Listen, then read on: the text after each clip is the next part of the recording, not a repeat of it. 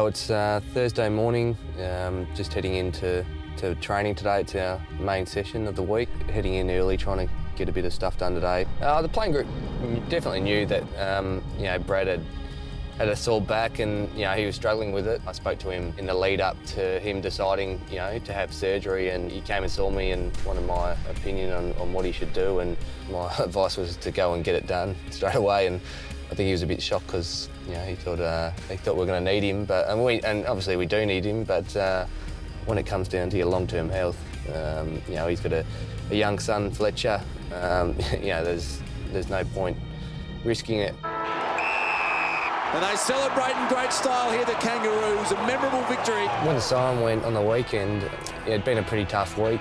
Yeah, I suppose it just shows how much the game means to the boys, and you have a couple of really tough losses. People really, having a go at you, and I think when your back's against the wall, the only real instinct that I have is just to come out fighting. When people are saying we're hopeless and we're rubbish, we're soft, you just got to keep going in day after day, working hard. Big boys. What are we got here, girl? That's mushroom, zucchini, spinach. A little bit of tomatoes raw.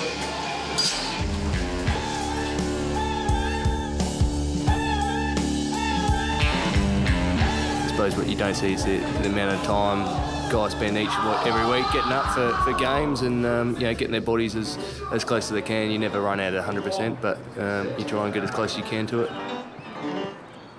Harvey goes wide towards the outer side. Oh, wow! I had 3 or 4 last year. It was all good, back to normal there. And last NAB Cup game, I went back to Werribee to get a full game in and got clipped by our ruckman, big Dan Curry. Over the next couple of weeks, wasn't getting any better, just headaches, short-term memory loss, agitated, really lethargic. Started reading a lot of the stuff about the CTE and that kind of stuff with all the gridiron players, and that's probably what got me worried, the long-term effects.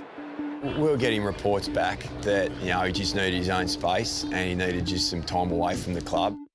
It's really common, 1 in 2 people who get a concussion will get depression. And I got it pretty bad there for probably about 3 or 4 weeks where it didn't matter what was happening, I just thought the world was against me and poor me, I don't want to play anymore, I've had enough, I'm just sick of getting knocked around. Patch is quite someone who keep it to himself a lot, so you knew he was probably battling a fair bit. Because we haven't seen him play for so long, you sort of forget how good a player he is and how crucial he has been over the years for us. The Neuros have obviously seen so many cases like this where you just need to give it as much time as it needs. Amazing once it did come good that I was able to just sit back and go, yeah, I did need 6-8 weeks to make a clear decision, and this is what I want to do. He's back to the normal old Patch. I think, there's a little bit of cheekiness there. As I said, all the boys love, having him around the place. At the end of the day, it's a game of footy. I know it's your livelihood now, and that's probably been the biggest benefit I've taken out from having this injury now, is that I can look back and if I play a poor game on the weekend, we get beaten by 70 points, the sun comes up the next day. I'm obviously not going to change the way I play, because otherwise I'll be stuck at Werribee for the rest of my career. I've done all I can, and all the medical people have done all they can to give me the tick of approval, so let's just go out and play how I normally do. His form in the VFL has been super. Almost playing like an AFL player at VFL level. Yeah, we expect him to push for senior selection very shortly.